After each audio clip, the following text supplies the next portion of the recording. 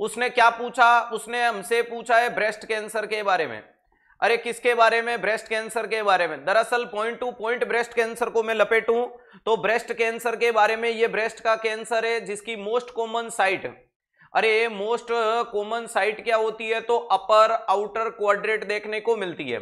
ये किस टाइप का होता है? तो ध्यान रखिएगा सर, ये डक्टल इन्वेजिव कार्सिनोमा होता है। डक्टल इनवेजिव कार्सिनोमा देखने को मिलता है। ध्यान रखिएगा ये किस प्रकार का देखने को मिलता है? तो सर ये डक्टल इन्वेजिव कार्सिनोमा देखने को मिलता है। नेक्स्ट, ये मोस्ट कॉमन कौन सी फीमेल में होता है? तो वो फीमेल जिसमें BRCA फर्स्ट क्रोमोजोम नंबर 13-14 में गड़बड़, या फिर BRCA सेकंड क्रोमोजोम नंबर 17 में गड़बड़। BRCA फर्स्ट और सेकंड वाली वुमन में, या फिर वो वुमन जो अनमेरिड है, जिनकी शादी ही नहीं हुई तो कैंसर हो सकता है, या वो फीमेल जो कभी प्रेग्नेंट नहीं हुई, बोले तो नल्ली ग्रेविडा। क्या देखने को मिलता है? नल्ली ग्रेविडा। नेक्स्ट क्या नाम देखने को मिलता है? तो सर इसे बोला जाता है नल्ली पैरा। क्या देखने को मिलता है? तो नल्ली ग्रेविडा बोल दो, नल्ली पैरा बोल दो, अनमेरिड वुमन बोल दो। नल्ली ग्रेडा, नल्ली पैरा, अनमेरिड वुमन बोल दो, BRCA फर्स्ट और BRCA सेकंड के नाम से बोल दो। ध्यान रखिएगा, वेरी इंपॉर्टेंट चीज है। अब इस ब्रेस्ट कैंसर का क्लासिकल साइन आता है जिसको अपन बोलते हैं प्याउडे। क्या बोला जाता है? प्याउडे ऑरेंज के नाम से जाना जाता है।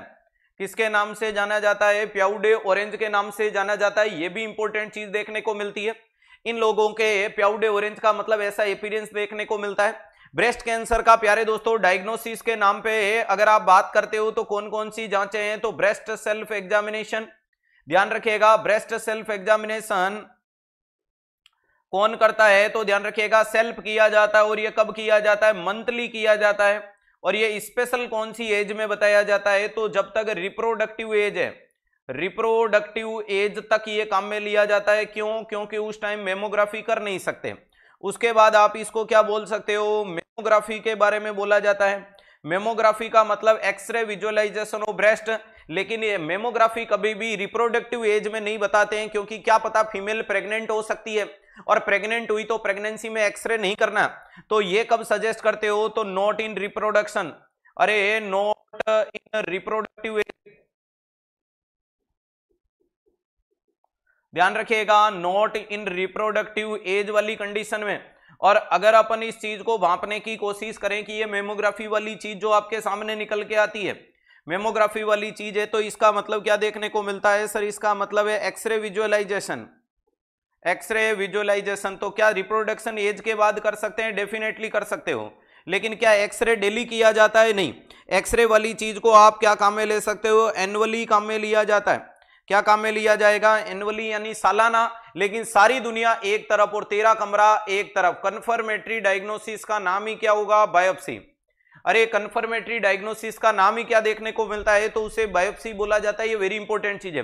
तो ब्रेस्ट सेल्फ एग्जामिनेशन मंथली करो, क्लियर है? फिक्स डे, शुरुआती 10 दिनों में। मेमोग्राफी रिप्रोडक्शन में नहीं करना है। और वहीं पे ब्रेस्ट बायोप्सी क्या होता है? कंफर्मेटरी डायग्नोसिस होता है। उसके बाद प्यारे दोस्तों ब्रेस्ट कैंसर की ड्रग ऑफ चॉइस का नाम क्या है? तो सर एक दवाई है जो प्रिवेंट भी करती है और इलाज भी करती है। दवाई का नाम देखने को मिलता है टेमोक्सिफेन। क्या देखने को मिलती है? टेमोक्सिफेन सिट्रेट देखने को मिलती है। कौन सी दवाई देखने को मिलती है? तो टेमोक्सिफेन सिट्रेट देखने को मिलती है। ये टेमोक्सिफेन सिट्रेट के साथ में आपको कैल्शियम को जरूर क्या करना है? मॉनिटर करना है।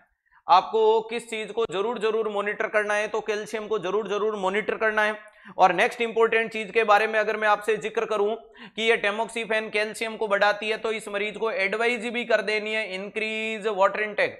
अरे इसको क्या कर देना है? इंक्रीज वाटर इनटेक के बारे में।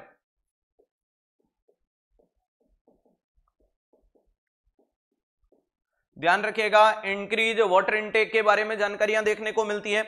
नेक्स्ट, इस मरीज में आप सर्जरी प्लान कर सकते हो, और सर्जरी का नाम क्या देखने को मिलता है? रेडिकल मास्टेक्टमी। क्या सजेस्ट करोगे? तो ध्यान रखिएगा, रेडिकल मास्टेक्टमी के बारे में सजेशन दिया जाता है। किसके बारे में सजेशन दिया जाता है? तो ध्यान रखिएगा सर, इसमें रेडिकल मास्टेक्टमी का सजेशन दिया जाता है। और रेडिकल मास्टेक्टमी का मतलब removal of breast with the surrounding tissue. इसका मतलब ही क्या देखने को मिलता है? तो याद रखिएगा, removal of breast removal of breast with surrounding tissue, किसके साथ निकाल रहे हो? विथ सराउंडिंग, किसके साथ निकाल रहे हो? Removal of breast with surrounding tissue, आसपास के टिश्यू के साथ में अगर आपने ब्रेस्ट को रिमूव कर दिया तो ये वाली चीज क्या देखने को मिलती है? सराउंडिंग टिश्यू या लिम्फेटिक सिस्टम, या उसके साथ क्या देखने को मिल सकता है? लिम्फ नोड के साथ में भी आपने उसको निकाल दिया, उस कंडीशन को सर्जरी बोलेंगे।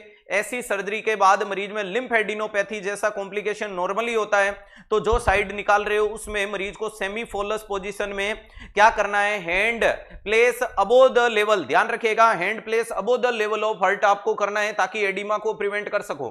तो ध्यान रखिएगा, इस कंडीशन में आप मरीज को पोजीशन कौन सी देंगे? अगर मैं आपसे पूछूं पोस्ट ऑप पोजीशन, अगर मैं बात करता हूं पोस्ट ऑफ पोजीशन के लिए क्या देखने को मिलता है, तो ध्यान रखिएगा पोस्ट ऑफ की पोजीशन में यहां आपको क्या देनी है? अनअफेक्टेड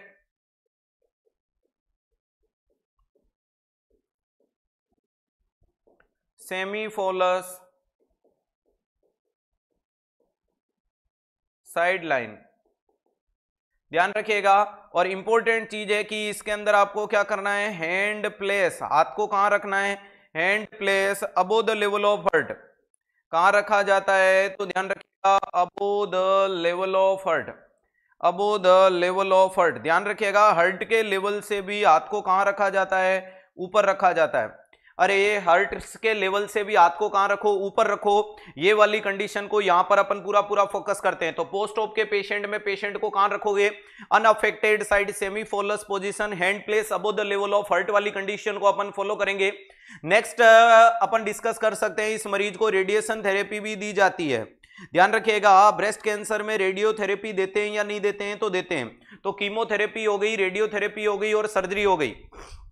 हाँ, अफेक्टेड साइड जो है प्यारे दोस्तों, वहां उस साइड में न तो कोई प्रोसीजर करना, न बीपी चेक करनी, न कोई आपको प्लान करना, न फिस्टुला बनाना, ग्राफ्ट बनाना, कुछ नहीं करना, क्योंकि वो कहीं ना कहीं वेरिएशन कर रही है। और ये हाथ ऊपर किससे करना है? हार्ट लेवल से ऊपर करना है। ऐसा नहीं कि यहां कर दिया, हार्ट लेवल से ऊपर किया तो वो क्या कर रहा है? ड्रेनेज सिस्टम को थोड़ा ठीक बनाएगा। क्लियर है? बोलो बांके बिहारी लाल की जय।